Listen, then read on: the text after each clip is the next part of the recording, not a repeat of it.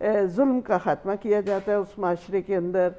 عدل و انصاف جو ہے وہ اس معاشرے کے اندر لایا جاتا ہے، اور پھر ہم یہ دیکھتے ہیں کہ وہ معاشرہ دنیا کا بہترین معاشرہ بن جاتا ہے، اور وہ لوگ جو ایک دوسرے سے جنگ و جدل کرتے رہتے تھے، ایک دوسرے کی جان کے دشمن تھے، ہر وقت وہاں پہ خون خرابہ اور قتل و غارت گری ہوتی رہتی تھی، تو اس کو اخوت کا درس پڑھایا گیا اور اس معاشرے کو کہا گیا کہ انما المؤمنون اخوہ، کہ مومن تو آپس میں بھائی بھائی ہیں۔ اور نبی کریم صلی اللہ علیہ وسلم نے مدینے میں جا کے جب مواخات قائم کی تو اس کا عملی مظاہرہ جو ہے وہ آپ نے اس اخوت کا کر دیا، اور دیکھا کہ وہی لوگ جو ایک دوسرے کے جانی دشمن تھے ایک دوسرے کے بھائی بھائی بن گئے، اور ایک دوسرے کے لیے اظہار و قربانی کی ان کی تعریف اعلیٰ مثال ہمیں وہ دکھائی دیتی ہے۔ بالکل بجا فرمایا آپ نے خانم۔ آپ اس خوبصورت گفتگو میں کیا ایڈ کرنا چاہیں گی، جس طرح سے ابھی محترمہ نے اتنی خوبصورتی کے ساتھ بیک گراؤنڈ کو ٹچ کیا کہ کس طرح سے ایک مہذب معاشرہ تشکیل پاتا ہے اور اس میں اسلامی تعلیمات کا کیا کردار ہے؟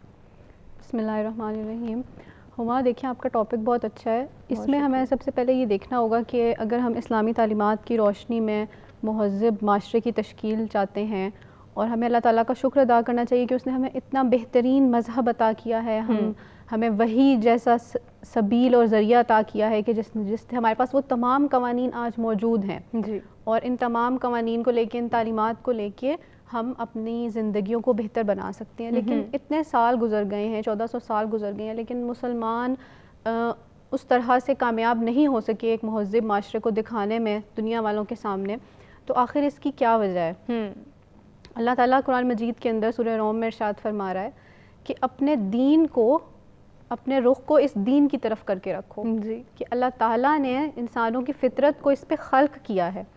اور تم اس میں کوئی تبدیلی نہیں دیکھو گے، بے شک، اور اس کی طرف کر کے رکھو۔ لیکن اکثر لوگ اس بات کو نہیں جانتے۔ سورہ روم کے اندر اس آیت پہ اگر ہم غور کریں تو ہمیں یہ سمجھ میں آتا ہے کہ یہ جو دین ہے، اس کی جو تعلیمات ہیں، اسی کے اوپر اللہ تعالیٰ نے انسان کی فطرت کو پیدا کیا ہے۔ یعنی جو اللہ تعالیٰ کے احکامات ہیں، جو شریعت کے احکامات ہیں، اسی کا حکم آپ کی فطرت بھی دیتی ہے۔ پروردگار ایسا نہیں کرتا کہ وہ آپ کی فطرت میں، آپ کی جبلت میں کوئی خواہش رکھے، کوئی چیز رکھے، کسی چیز کی طرف رجحان رکھے اور ساتھ ہی پابندی لگا دے کہ آپ نے یہ نہیں کرنا۔ صحیح۔ جو تشریعی احکامات ہیں وہی تکوینی احکامات ہیں جو انسان کے اندر سے، تو اللہ تعالیٰ نے اسلام کے اندر ان دونوں کو بیلنس کرنے کا حکم دیا ہے، لیکن ساتھ کہہ رہے کہ لیکن اکثر لوگ یہ بات نہیں جانتے۔ تو اس کی وجہ یہ ہے کہ ہم نے ابھی تک اس بات کو نہیں سمجھا کہ دین اسلام کی تعلیمات کو اپنانے میں ہی ہماری بھلائی ہے۔ بے شک، بے شک۔ ہم نے ان پر غور و فکر نہیں کیا، ان احکامات کو اس طرح سے صرف زبانی پڑھ لیا، ایک اسلامیات کے کورس کے طور پہ دیکھ لیا یا تاریخ کے طور پہ دیکھ لیا، اس کو یہ نہیں دیکھا کہ اسلام جو ہے وہ کوئی ایک ماضی کا قصہ نہیں ہے، بلکہ وہ ایک پریکٹیکل سولوشن ہے فار دا لائف لانگ۔ یہ ایک ایسا مذہب ہے کہ جس کے اندر تمام انسانوں کے حقوق کو مد نظر رکھ کے یہ قوانین دیے گئے ہیں۔ یہ ایسا آپ کو نظام دیتا ہے کہ جس میں کسی کی حق تلفی نہیں ہوتی۔ بے شک، اس میں ماں باپ کا احترام بھی کیا جاتا ہے، اس میں معاشرے کا احترام بھی کیا جاتا ہے، بچوں کو ان کے حقوق بھی دیے جاتے ہیں، اس میں ایک زندگی گزارنے کا، یعنی اسلام نے آپ کو یہ تک بتا دیا کہ آپ نے بیت الخلاء جاتے ہوئے کون سا پاؤں رکھنا ہے، باہر نکلتے ہوئے کون سا پاؤں رکھنا ہے، جو مطلب آپ کو اتنی ڈیٹیل کے ساتھ سب کچھ بتا رہا ہے، تو اس پہ آپ عمل کیوں نہیں کر پا رہے؟ کیونکہ آپ نے ابھی تک اس بات کو نہیں سمجھا، ہمارے لوگوں نے، اور ہم بہت ساری اور چیزوں کو زیادہ اہمیت دیتے ہیں، کلچر کو زیادہ اہمیت دیتے ہیں، مادی چیزوں کو زیادہ اہمیت دیتے ہیں۔ لیکن اگر ہم اس چیز کو سمجھ جائیں گے تو ہم خود بخود اس کو اپنائیں گے۔ اسی لیے امام حسن عسکری علیہ الصلوۃ والسلام کا ایک کال میں یہاں پہ کوٹ کرنا چاہوں گی۔ یہ کال آپ ہی سے ہم جانیں گے، معذرت کے ساتھ مجھے ایک بریک کی جانب بڑھنا ہے، بریک سے واپس آئیں گے۔ ناظرین، ہم خانم سے ہی گزارش کریں گے کہ وہ اپنی بات کو مکمل کریں، بریک کے بعد حاضر ہوتے ہیں۔